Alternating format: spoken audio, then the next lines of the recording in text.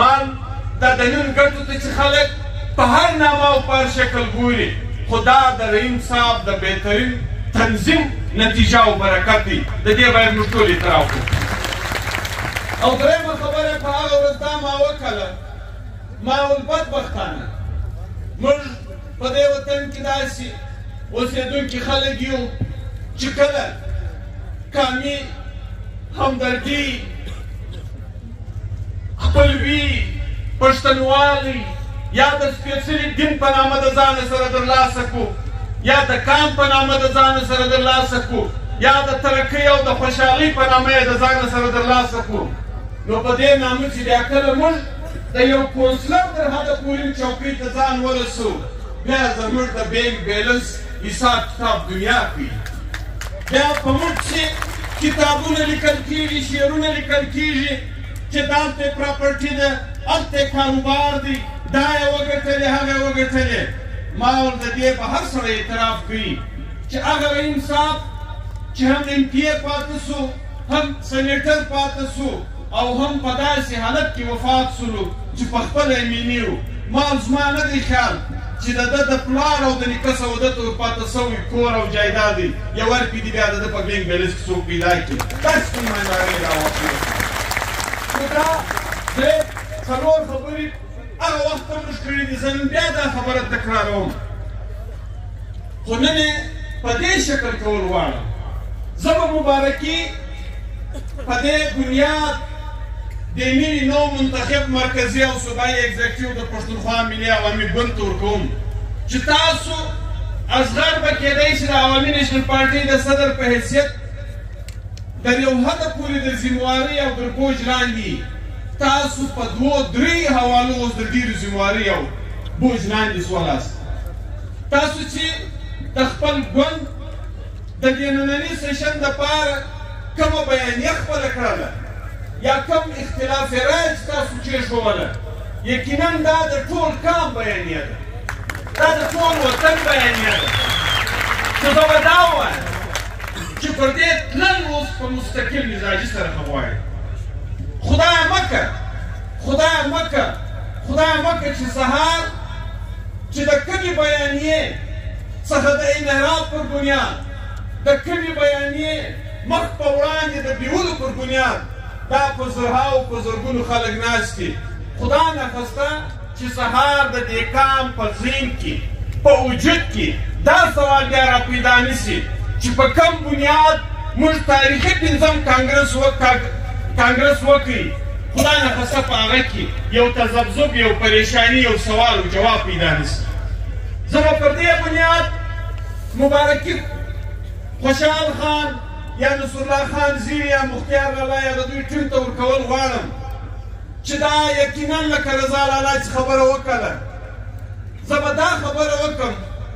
چې دا خبره زه په خپلې د پارټي په سټیجو اکثره کوم. زه همداسې منم چې ډېر سخت دور پر باچا خان او د باچا خان پر ملګرو تېر سوی دی،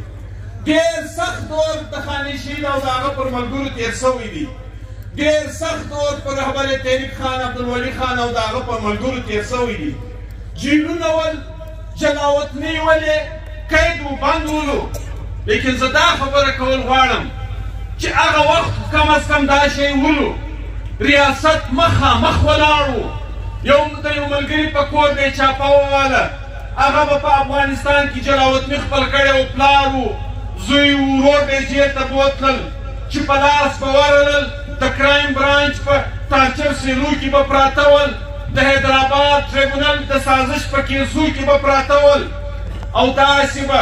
مخامخ به د بابړې په رنګه، د سپین تنګي په رنګه، د هاتي خیلو په رنګه پر دې وطن باندې به ریاست او د هغه وګړو ګولۍ پر جلسو او پر مظاهرو چلولې. خو دا د نن جنګ بدل سوی دی،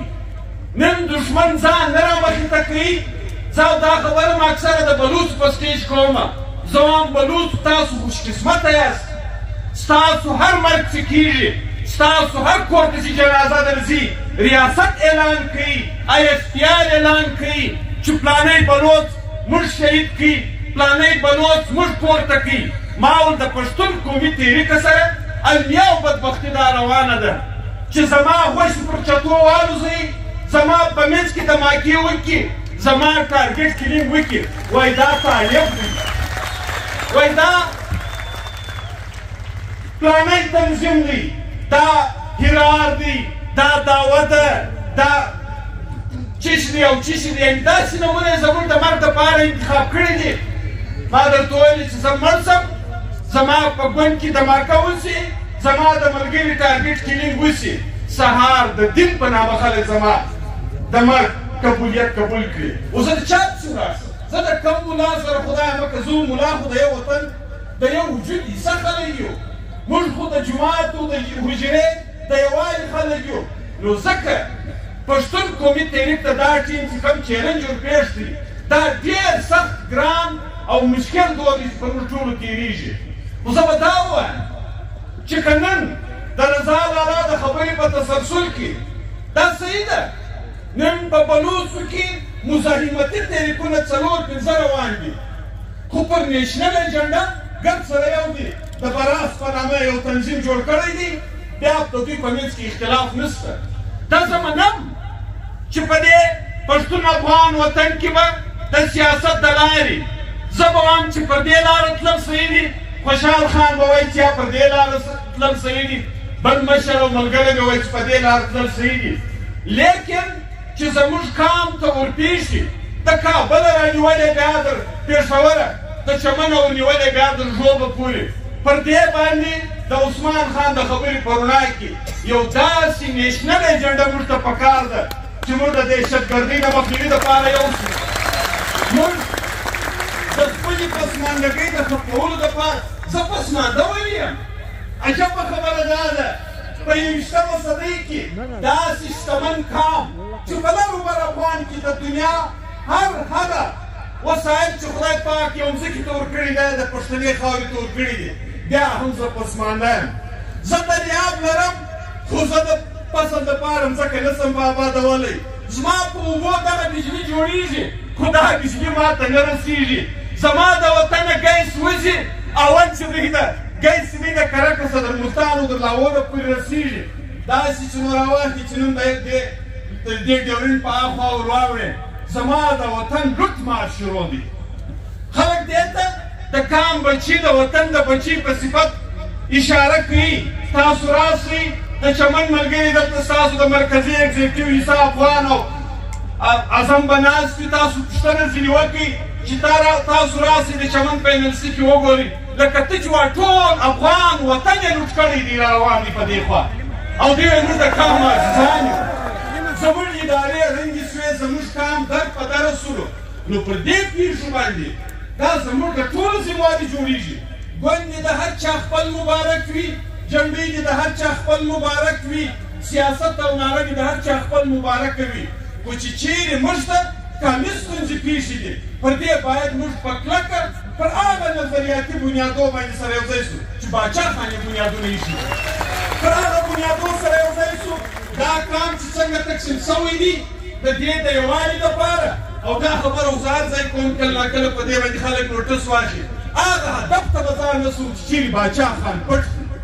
هغه کور ته به ځان رسو چې چیرې باچا خان شک دی هغه داسې لاره موږ ته جوړه کړې ده چې د ژوند لاره یې هم راکړې ده پس له مرګه یې د وصیت مطابق چې موږ ته د کومې خاورې انتخاب کړی دی هغه هم راښولې ده دې ته به ځان رسول غواړي دا به په نیشنل ایجنډا ځو پر دې به غور کول غواړي پر دې به فکر کول غواړي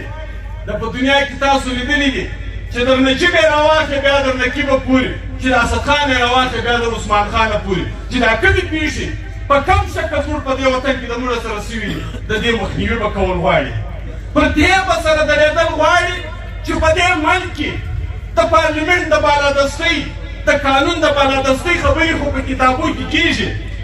لیکن که علي وزیر ځان لره د یو امینې په حیثیت باندې د خپلې خاورې د خپل کور د خپل قام د تحفظ خبره کوي نو حقیقت خو دا دی چې پارلمنټ بې اختیاره دی عدالت اختیار نه لري چې جنرالانو او انټلیجنس ادارو هر څه په لاس کې اخیستي دي نو لازمي خبره ده زه چې نن پر دې سټیج خبره کوم زه د قدوسه مطالبه نه شم کولی زه د شهباز شریفه مطالبه نه شم کولی زه به جنرال منیر یادوم یا به باجوا یادوم یا به فیض یادوم ځکه چې دا ټول اختیار په خپله جیب کې ساتلي دي وزیر د فیض او د باجوه څخه د خپل قام د تحفظ غوښتنه کوي یا به دی په کلونو په جیب کې پروت وي او که نواز شریف د لاهوره څخه د هغه بچي لاهوره څخه د لندن څخه په نامه فیض او باجوه ټارګټ کوي د پاره د دې چې د اقتدار ولې پسې واخیستم یا عمران خان نن د یو پوره منظم نیټورک د لارې په فوج او د هغه په جنرالانو پسې خبره کوي چې زه دې د اقتدار ولې پسې واخیستلم فلاني ته د اقتدار ولې ورکړي د دنیا هر څه وایي د دې دپاره قانون دا دی چې یا د دوی سره لیندین وکړي پر نمبر باندې یو په کرسۍ کې کښېنوه بل د کرسۍ یې راچوه کړه علي وزیر په دې ګناهګار دی چې علي وزیر د خپل قام د تحفظ خبره ولې کوي د معیشت خبره ولې کوي د عزت خبره ولې کوي د وقار خبره ولې کوي پر دې به سره یو ځای کېږو او په یو لویه ورورولي په یو لویه پښتونوالي زه پخپله په دې بنیاد د عوامي نیشنل پارټۍ د صوبې له اړخه مطمئن او خوشحاله په دې یم عموما پښتانه وایي چې چیرې دې په کور کې غم سو پریشاني سوه نو بیا به دوست دښمن ګورې کومه ورځ چې د عثمان خان واقعه وسوه د عثمان خان دا پیښه وسوله بیا د هغه ورځ څخه دا د نن یو نیم کال کم و بیش پوره کېږي خدای به د موږ پوښتنه کوي چې صرف او صرف د دې خاورې په خاطر د دې ظلم په خلاف موږ د دنیا د یو شي مخ نه دی کتلی ځان مو حاضر کړی دی ځان به حاضروو او انشاءالله دغه پښتو به د دې کامو سره تر اخره ساعت پورې فعالو نو زه نور ستاسو وخت نه اخلم یو وار بیا خوشحال خان ته مختیار لالا او رضا لالا او نصر العزیز او فقیر خوشحال کاشي ته د دوی په دې نو منتخب مرکزي او صوبایي اگزیکټیو باندې د عوامي نیشنل پارټۍ له اړخه پر دې بنیاد مبارکي ورکول غواړم چې خدای دې وکړي د کومې ایجنډې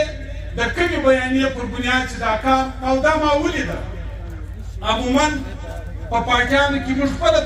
په وایي وایي د داسې انتخابو د لارې د پیسه په راواخه بیا د عوامي نیشنل پارټۍ راوتلي یو خو نن دا ما محسوسه کړله یو جذبه سړی ویني یو حقیقي فطرتي